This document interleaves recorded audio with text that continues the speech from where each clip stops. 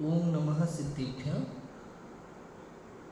नमो अरिहन्ताणं नमो सिद्धाणं नमो आयर्याणं नमो उवज्झायाणं नमो लोये संविसाहणं मंगलमय मंगलकरण वीतराग विख्यान नमो ताहि जाति भय अरिहंतादि महान करि मंगल करि हो महाग्रंथ करण को काज जाते मिले समाज सब पावे निज पद राज इस भवतरु का मूल एक जानहु मिथ्या भाव ताको कर निर्मूल अब करिए मोक्ष पाओ।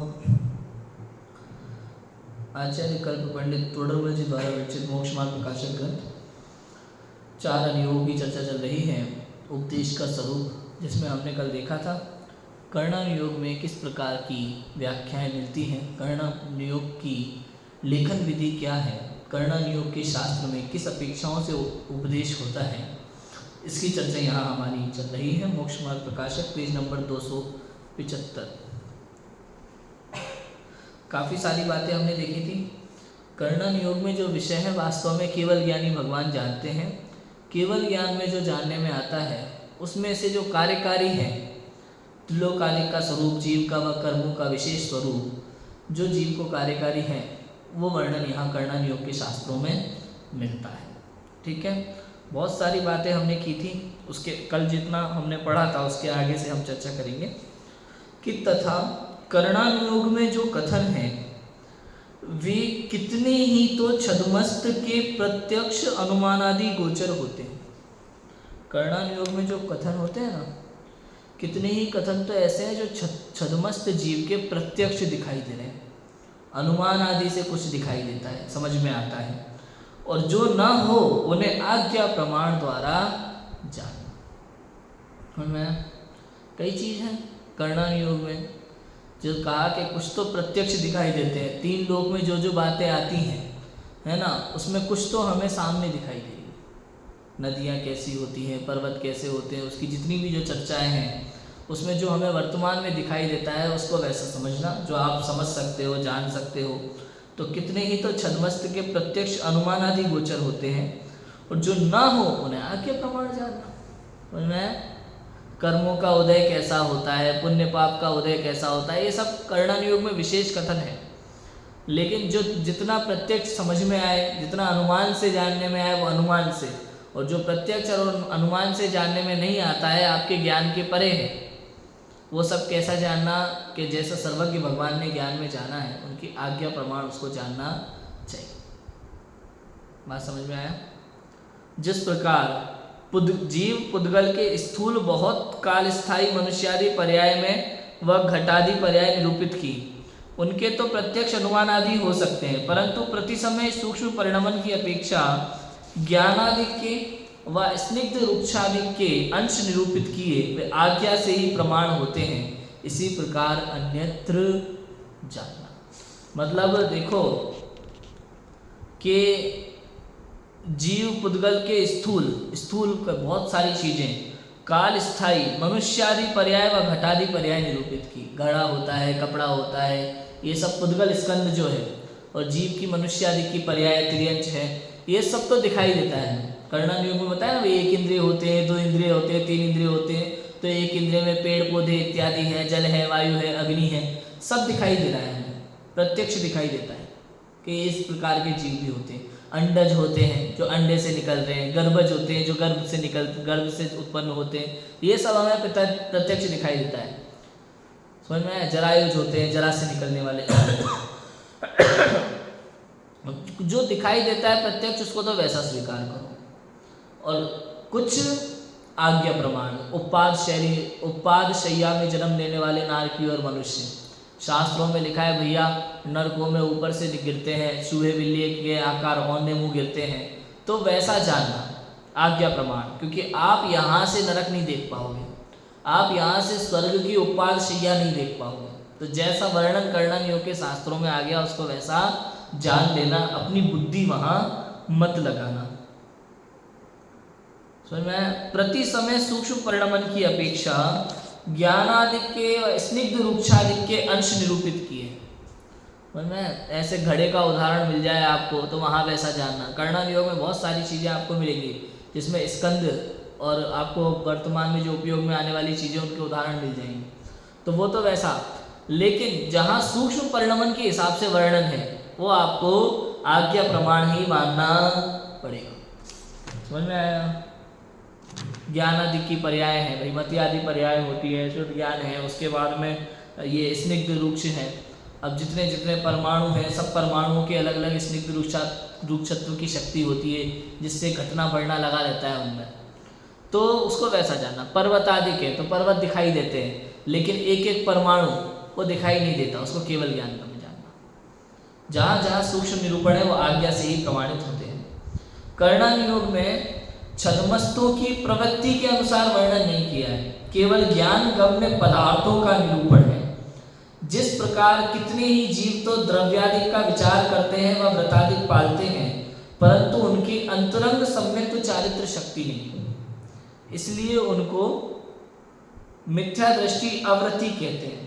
तथा कितने ही जीव द्रव्यादिक के व व्रतादिक के विचार रहित हैं, अन्य कार्यों में प्रवर्तते हैं व निद्रादि द्वारा निर्विचार हो रहे हैं परंतु उनके सम्यक्त्वादि शक्ति का सद्भाव है, इसलिए उनको सम्यक्त्वावृत्ति कहते हैं। क्या कह रहे हैं देखो, कर्णन योग में छद्मस्तों की प्रवृत्ति के अनुसार वर्णन नहीं किया, चलनान योग में प्रवृत्ति के अनुसार वर्णन है, कर्णन योग में प्रवृत्ति के अनुसार वर्णन नहीं है, केवल ज्ञान गम्य पदार्थों का निरूपण है। समझ में आया? चलनान योग में क्या है, मनुष्यों की प्रवृत्ति जैसी होती है वैसा वर्णन होता है। कर्णन योग में ऐसा नहीं होता, कर्णन योग में जैसा केवल ज्ञान में झलक रहा है वैसा वर्णन होता है।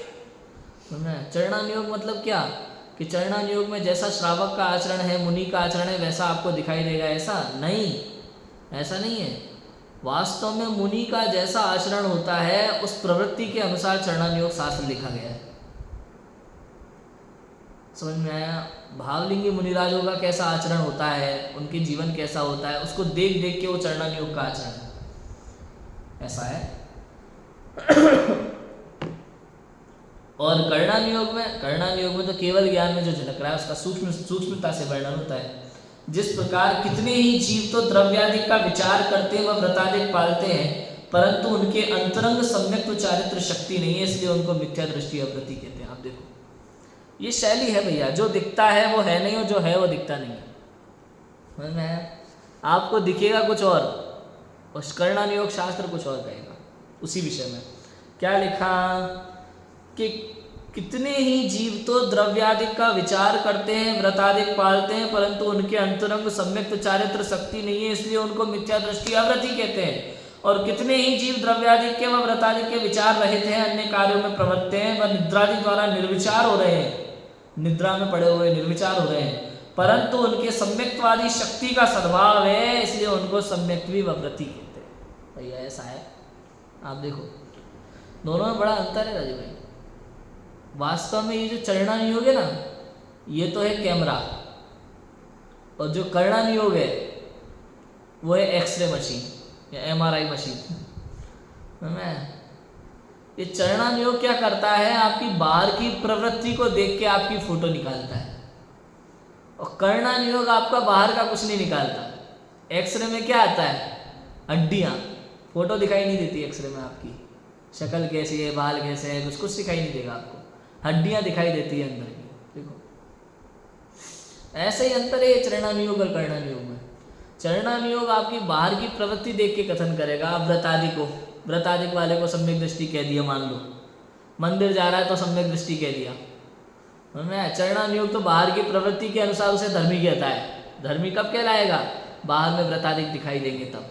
कर्णन योग नहीं, कर्णन योग में आप बाहर भले तत्व का विचार कर रहे हो, स्वाध्याय कर रहे हो, खूब समझ में आया, खूब व्रतादिक का पालन कर रहे हो, नित्य जिनालय जाते हो, ये त्याग रखा है, वो त्याग रखा है, सब कर रखा है, अणुव्रत धारण कर रखे, महाव्रत धारण कर रखे, सब कर लिया, लेकिन अंदर में अगर दर्शन मोहनीय का अभाव नहीं है तो कर्णन योग कहेगा अधर्मी है। पापी है, अज्ञानी है, इसके मिथ्यात्व का बंध हो रहा है, 70 कोड़ा कोटि सागर का बंध इसके निरंतर चल रहा है।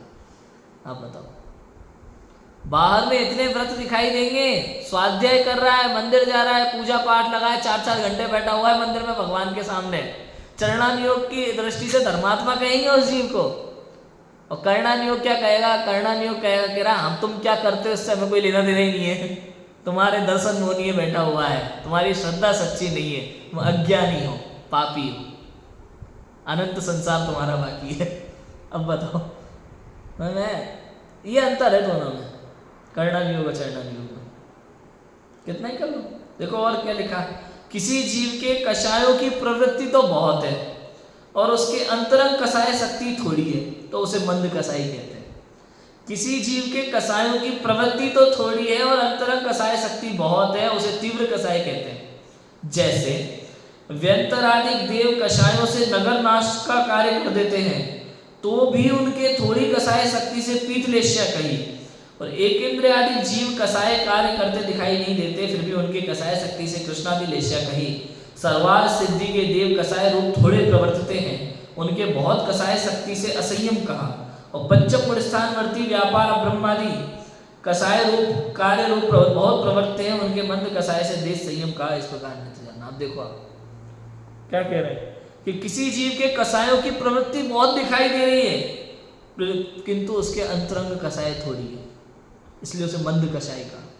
और किसी जीव के कषायों की प्रवृत्ति तो थोड़ी दिखाई देती है, किंतु उसके अंतरंग कषाय शक्ति बहुत है, इसलिए उसे तीव्र कषाय कहते हैं। उदाहरण में क्या बताया, व्यंतरादि देव कषायों से नगर नाश आदि का कार्य कर देते हैं। बताओ, प्रकट में दिखाई दे रहा है, मार रहे हैं, काट रहे हैं, दूसरों को परेशान कर रहे हैं, महामारी फैला दी।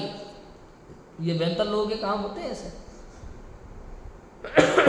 नगर में महामारी फैला देते हैं भाई साहब, मर रहे हैं, हजारों लाखों लोग मर रहे हैं, करोड़ों लोग मर रहे हैं, फिर भी कह रहे हैं कि मंद कसाई है।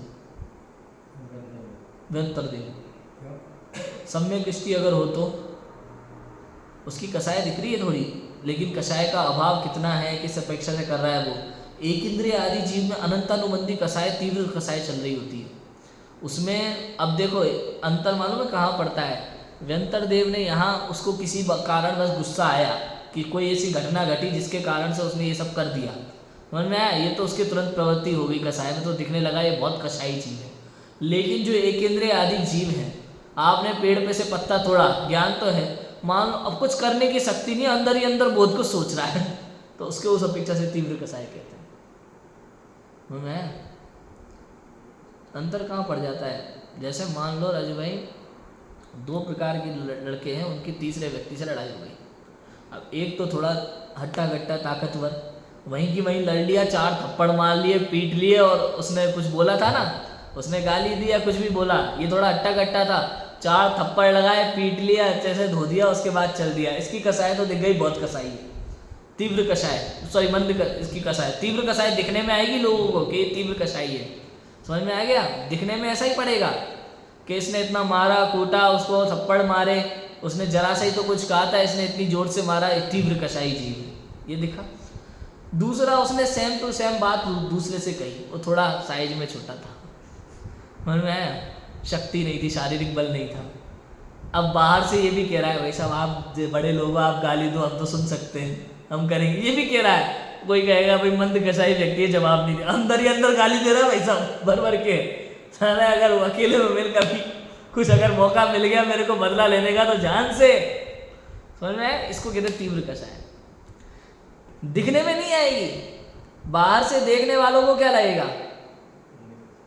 बाहर से देखने वाले को जिसने थप्पड़ मारा लौट के 1 के 2, वो तीव्र कसाय, और जो कुछ नहीं कर रहा चुपचाप सहन कर रहा है वो मंद कसाई लगेगा। नहीं, लेकिन केवल ज्ञानी क्या है, केवल ज्ञानी एक्सरे मशीन है, वो आपकी बाहर की चीज को देखता ही नहीं है, अंदर में क्या चल रहा है वो देखता है। इसलिए केवल ज्ञान गम्य पदार्थ में ये समझ में आएगा कि भाई तीव्र कसाई ये है, जिसने मारा नहीं, पीटा नहीं, काटा नहीं, कुछ नहीं किया, लेकिन अंदर ही अंदर में उसके क्या परिणाम चल रहे हैं उस अपेक्षा से वो तीव्र कसाई हुई है। ये तो मार गया, भूल गया, चला गया आगे, इसके परिणाम वहीं खत्म, और इसके निरंतर चालू है, बार बार बार बार वही सोचता रहेगा, ये तीव्र कसाई में ऐसा होता है। एक इंद्रियादिक जीव कसाय कार्य करते दिखाई नहीं देते, तथापि उनके कसाय आदि से कृष्ण लेस्या कही है।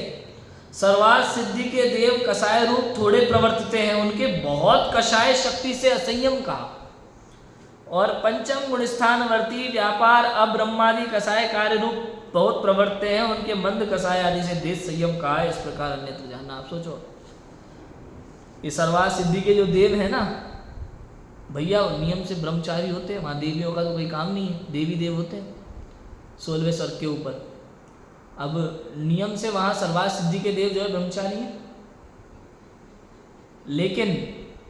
लेकिन उनके ब्रह्मचर्य का नियम नहीं है। समझ में? स्त्री सेवन नहीं है वहाँ पे, स्त्री सेवन नहीं है, इस अपेक्षा से ब्रह्मचारी कहेंगे लोग, लेकिन ब्रह्मचारी नहीं हो। बात ये हो चौथे गुण स्थानवर्ती जी। समझ में आया कि नहीं आया? स्त्री सेवन नहीं है उनके, कोई व्यापार नहीं है, खाना नहीं बना रहे, कुछ नहीं कर रहे, केवल तत्व चर्चा कर रहे हैं, दूसरा कोई काम नहीं कर रहे। बताओ सर्वार्थ सिद्धि के देव क्या करते हैं? 33 सागर तक एकमात्र तत्व चर्चा, दूसरा कोई काम नहीं। उसके बाद भी कह रहे हैं कि थोड़े कसाय रूप प्रवर्तते हैं, लेकिन बहुत कसाय शक्ति होने से असंयम का। क्यों? क्योंकि वो नियम नहीं ले सकते, 5वां गुण स्थान नहीं हो सकता उनके। और पंचम गुण स्थानवर्ती व्यापार अब्रह्मादि कसाय कार्य रूप बहुत प्रवर्तते हैं। अब देखो, पंचम गुण स्थानवर्ती कोई जीव है, वो क्या कर रहा है? व्यापार भी कर रहा है। 7वीं प्रतिमा जिस तक व्यक्ति व्यापार कर सकता है, अपना भोजन बना सकता है, समझ में है? तो ये सब कर रहा है। और अब्रह्मादि कसाय कार्य रूप बहुत प्रवर्तते हैं। अब्रह्म माने स्त्री सेवन, समझ लो, समझ में है? अब्रह्म मतलब ब्रह्मचर्य का पालन नहीं है जिसके। तो अब आप देखो पंचम गुण स्थानवर्ती जी, अजय भाई मान लो दूसरी प्रतिमा धारी है, दूसरी प्रतिमा धारी है, पंचम गुण स्थान हो गया। पहली प्रतिमा है तो पंचम गुण स्थान शुरू हो जाता है वहां से। अब दूसरी प्रतिमा धारी जीव ब्रह्मचर्याणु व्रत। अब ब्रह्मचर्याणु व्रत में परिस्त्री सेवन का त्याग है, स्वस्त्री सेवन का त्याग नहीं है। भले स्वस्त्री 50 हो, 100 हो, 1000 हो, 50,000 हो, 1 लाख हो, समझ में है? अगर उसने विधि पूर्वक विवाह किया है तो वो स्त्री में आएगा। स्त्री सेवन कर रहा है, व्यापार कर रहा है, आरंभ कर रहा है, भोजन बना रहा है, सारे कार्य कर रहा है, लेकिन फिर भी कह रहे हैं कि उसके कसाय कम है। और वो सर्वार्थ सिद्धि के देव बेचारे कुछ नहीं कर रहे ना कोई स्त्री सेवन, ना कोई व्यापार, ना आरंभ, ना कुछ, केवल तत्व चर्चा कर रहे हैं, स्वाध्याय कर रहे हैं पूरे टाइम। कह रहे हैं इनके कसाय ज्यादा है भाई साहब। ऐसा वस्तु स्वरूप है। आप देखो, उनके अव्रती श्रावक कहा जाएगा उनको, सर्वार्थ सिद्धि के देव को, जबकि कोई कुछ नहीं कर रहे वो। लेकिन इसके चूंकि ब्रह्मचर्याणु व्रत का पालन चल रहा है, भले स्व स्त्री चल रही है, 1000 हो, 50,000 हो, लेकिन इसके ब्रह्मचर्याणु व्रत होने से, 5वां गुण स्थान 2 कसाय चौकड़ी का अभाव होने से इसको देश संयम ही कहने में आता है, अव्रती नहीं है। इस प्रकार अन्यत्र जानना चाहिए। बहुत समझने जैसी चीजें हैं भाई साहब। देखो, बाहर की प्रवृत्ति को देख करके आपको धर्मात्मा कह देगा चढ़ना नहीं हो, लेकिन करना नहीं हो ऐसा नहीं करता भाई साहब। करना नहीं हो हमारा ही मशीन है, उसको कोई मतलब नहीं है आप दिखने में कैसे हो, उसको कोई लेना देना नहीं है बाहर से आपकी बॉडी में कितनी क्वालिटी है। और अंदर की बात देखता है, हड्डियां कमजोर है कि नहीं, दिल में छेद है कि नहीं, समझ में आया कि नहीं है? ये सब कैसे पता चलता है? एक्सरे मशीन, हड्डी कहाँ से टूटी है, फ्रैक्चर कहाँ से आए हैं, है ना, ये सब एक्सरे मशीन देखता है। बिल्कुल वही परिणामों का जो तारतम्यता है वो केवल ज्ञान गम्य होता है, करना योग में उसका वर्णन होता है। तो मैं इस प्रकार अन्यत्र जानना। तथा किसी जीव के मन वचन काय की चेष्टा थोड़ी होती दिखाई दे, तथापि कर्म आकर्षण शक्ति अपेक्षा बहुत योग कहा। किसी के चेष्टा बहुत दिखाई दे तथापि शक्ति की हीनता से अल्प योग कहा। जैसे केवली गमनादि क्रिया रहित हुए, वहां भी उनके योग बहुत कहा है। दो इंद्रियादि जीव गमनादि करते हैं तथापि उनके योग अल्प कहा है। इस प्रकार अन्यत्र जानना। अब ये केवल ज्ञान का विषय है भाई साहब। अब यहाँ आप ज्यादा बुद्धि नहीं लगा सकते कि किस जीव के कितना क्या चल रहा है। ये तो केवल ज्ञान में जैसा झलका उन्होंने वैसा वर्णन कर दिया। किसी जीव के मन वचन काय की चेष्टा थोड़ी होती दिखाई दे तथापि कर्म आकर्षण की शक्ति अपेक्षा बहुत योग कहा। समझ में आया कि नहीं आया? मतलब केवली भगवान के मन वचन काय का हलन चलन अब बहुत कम है, लेकिन उनके योग बहुत का योग का सद्भाव है ना वहाँ पे। सहयोग केवली 13वें गुण स्थान तक, तो वहाँ योग बहुत है। और जो 2 इंद्रियाधिक जीव है, समझ में आया, 2 इंद्रियाधिक जीव गमन करते हैं, उनका ये शरीर के का हलन चलन सब दिखाई देता है। केवली के गमनाधिक क्रिया नहीं होती है, इनके है लेकिन, और 2 इंद्रियाधिक जीव के, तथापि उनके योग अल्प कहा। समझ में आया, योग अल्प कहा, मन वचन काय, योग अल्प कहा। अब वो किस अपेक्षा से कैसे होता है, कहाँ क्या चल रहा होता है, सब केवल ज्ञान का विषय है भाई। समझ में आया। अब कई सारी चीज़ें तो इसमें समझ के बाहर होती है हमारे, कि कैसे क्या होता है, लगाते रहो आप दिमाग, पकड़ में ही नहीं आएगा, विषय ही केवल ज्ञान का है पूरा। केवली भगवान उनका जिस अवस्था में हो, खड्गासन में हो तो खड्गासन में, पद्मासन में हो तो पद्मासन में, ऐसा ही विहार होता है आकाश में। और जितना जितना वो एक एक कदम आगे बढ़ता है ना उनका, तो वहाँ नीचे देवलोग पुष्प की, कमल के पुष्प की रचना भी करते हैं, लेकिन बिना इच्छा के स्वयमेव उनका विहार अपने आप हो रहा होता है। और जहाँ वो रुक जाते हैं वहीं समोशरण लगा होता है उनके नीचे। इस तरह की व्यवस्थाएं वहाँ होती हैं। और 2 इंद्रियाधिक जीव गमनादि करते हैं, चलते हैं, फिरते हैं, उछल कूद करते हैं, बहुत सारी चीज़ है, तो उनके योग अल्प कहा, लेकिन उनके योग अल्प है, योग का चांचल्य कम है थोड़ा सा। इस प्रकार अन्यत्र जानना, कहीं जिसकी व्यक्तता कुछ भाषित नहीं होती, तथापि सूक्ष्म शक्ति के सद्भाव से उनका वहाँ अस्तित्व कहा। जैसे मुनि के अब्रह्म कार्य कुछ नहीं है, तथापि 9वें गुणस्थान पर्यंत मैथुन संज्ञा कही है। ऐनिंद्रों के दुख का कारण व्यक्त नहीं है, तथापि कदाचित असाता का उदय कहा। इस प्रकार अन्यत्र जानना, क्या लिखा अब यहाँ पे इन्होंने, कि जिसकी व्यक्तता कुछ भाषित नहीं होती, तथापि सूक्ष्म शक्ति के सद्भाव से उसका वहाँ अस्तित्व का है। व्यक्तता नहीं है, दिखाई नहीं देगा प्रकट में, लेकिन वहाँ उसकी अस्तित्व है, कह रहे हैं। क्या उदाहरण दिया, जैसे मुनि के अब्रह्म कार्य कुछ नहीं है, तथापि 9वें गुणस्थान पर्यंत मैथुन संज्ञा कही है। अब बताओ, कोई मान सकेगा इस बात को, कहने में ताकत है किसी की?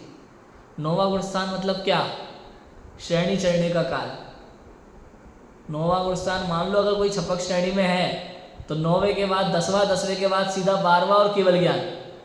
छपक श्रेणी में चढ़ने वाला जीव कभी गिरता नहीं है। अब छपक श्रेणी वाला जीव अगर 9वें गुणस्थान में है, तो मतलब कुछ सेकंड में भगवान बनने वाला है। ऐसे जीव की चर्चा चल रही है, तो कह रहे हैं 9वें गुणस्थान तक मैथुन संज्ञा है। क्यों? क्योंकि संजुलन कषाय का सद्भाव है। अभी 10वें गुणस्थान में संजुलन कषाय का अभाव होगा,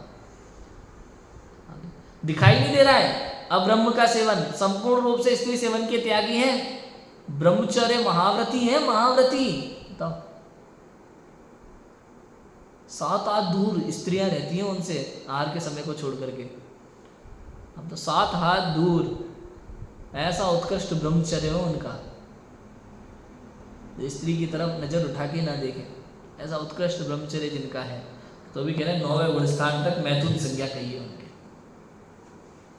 कर्मों का सद्भाव है भैया, संजुलन कषाय अभी विद्यमान है, इसलिए। और जब उसका अभाव हो जाएगा तो कहेंगे खत्म। आप देखो, ब्रह्मचर्य महाव्रती 3 प्रकार की चीजें भैया, ब्रह्मचर्य अणुव्रत, ब्रह्मचर्य प्रतिमा और ब्रह्मचर्य महाव्रत। ब्रह्मचर्य अणुव्रत में स्व स्त्री संतोष होता है। ब्रह्मचर्य प्रतिमा में विवाहित है तो भी स्व स्त्री से भी संभोग नहीं होगा। बात कर सकता है, बैठ सकता है, खाना खा सकता है उसके हाथ से बना हुआ, कोई दिक्कत नहीं है। ब्रह्मचर्य प्रतिमा हो सकती है शादीशुदा होने के बाद भी। विवाहित पति पत्नी ब्रह्मचर्य से रहे, कोई दिक्कत नहीं, अलग अलग कमरे में रहें, अलग अलग कमरे में सोएं, इस तरह से। 7वीं प्रतिमा के पहले आती 6वीं दिवा मैथुन त्याग प्रतिमा, उसमें स्व स्त्री से दिन में मैथुन का त्याग होता है। और 7वीं प्रतिमा में पूर्ण ब्रह्मचर्य प्रतिमा होती है श्रावक को। और फिर आता है ब्रह्मचर्य महाव्रत। ब्रह्मचर्य महाव्रत में आप देखो 7 हाथ दूर स्त्री से रहें आहार के समय को छोड़ करके, इस प्रकार का होता है। लेकिन फिर भी कह रहे हैं कि 9वें गुणस्थान पर्यंत मैथुन संज्ञा कही है उनको। अहम इंद्रों के दुख का कारण व्यक्त नहीं है, तथापि कदाचित असाता का उदय कहा। इस प्रकार अन्यथा जानना, दुख का कारण समझ में नहीं आएगा, अहम इंद्रों के व्यक्त नहीं है, वहां सुखी सुख नजर आएगा। अहम इंद्र माने 16वें गुणस्थान से ऊपर, जहाँ सब समान है, केवल इंद्र है, वहाँ देव नहीं, इंद्र होते हैं बस। ऐसा हर कोई इंद्र है वहाँ। जैसे पहले स्वर्ग में सौधर्म इंद्र और असंख्यात देव हैं, ऐसे दूसरे तीसरे चौथे अपने अपने स्वर्ग का अपना अपना एक इंद्र होता है और असंख्यात देव होते हैं हर स्वर्ग में। लेकिन 16वें स्वर्ग से ऊपर ग्रेवयक में, अनुदिश में और अनुत्तर विमानों में हर देव वो इंद्र होता है, अहम इंद्र, मैं ही इंद्र हूँ, ऐसा सब समान इंद्र होते हैं। पहले ग्रेवयक के सब समान, दूसरे ग्रेवयक के सब समान, छोटे बड़े का भाव नहीं, ऊंच नीच का भाव नहीं होता वहाँ पे। हाँ देव देव। अब उसमें भी अब देखो, उनके दुख का कोई कारण समझ में नहीं आता बाहर, कोई कारण व्यक्त नहीं है, लेकिन फिर भी कह रहे हैं कि असाता का उदय है वहाँ। केवल यानी भगवान ने जाना है भाई, इस प्रकार हमने तो जाना। कर्णानुयोग सम्यक दर्शन, ज्ञान, चारित्रादिक धर्म का निरूपण, कर्म प्रकृतियों के उपशम आदि की अपेक्षा सहित सूक्ष्म शक्ति जैसे पाई जाती है वैसे गुणस्थान आदि में निरूपण करता है। वह सम्यक दर्शन आदि के विषयभूत जीवादिकों का भी निरूपण सूक्ष्म भेदादि सहित करता है। यहाँ कोई कर्णानुयोग के अनुसार आप उद्यम करें तो हो नहीं सकता।